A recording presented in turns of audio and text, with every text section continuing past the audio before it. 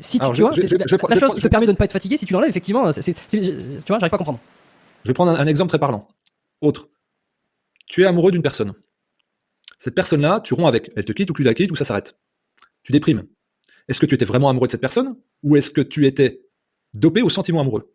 Ou est-ce que tu aimais être amoureux? Est-ce que tu vois la différence? Donc c'est tout se poser la question d'un point de vue relationnel. Est-ce que fondamentalement j'aime cette personne ou alors est-ce que c'est une bouée? Est-ce que je l'aime parce que c'est comme élément extérieur ou est-ce que je l'aime en tant que chose indispensable? En gros, est-ce que je suis comme ça ou est-ce que je suis comme ça?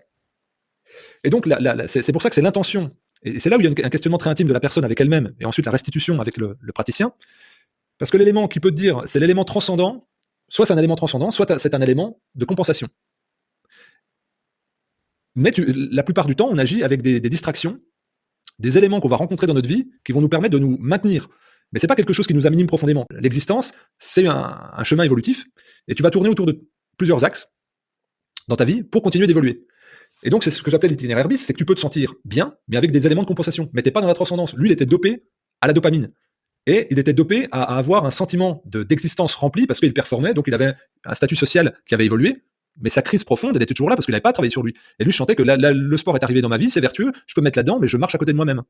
Et donc on peut faire ça avec tout un tas de choses. On peut se droguer au travail aussi. Il y a des gens qui surinvestissent leur travail, qui réussissent très bien, ils ont toute la réussite, mais ils sont vides à l'intérieur. Donc ils ont surinvesti ce champ-là en se laissant de côté. Et donc quand tu es bien dans quelque chose, quand tu te réalises, tu es capable de t'extraire de la dépendance.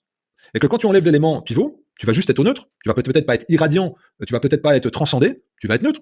Parce que tu aurais dû te stabiliser à travers quelque chose qui t'élève. Par contre, si on te l'enlève et que tu t'effondres et que tu déprimes, c'est que c'était une béquille.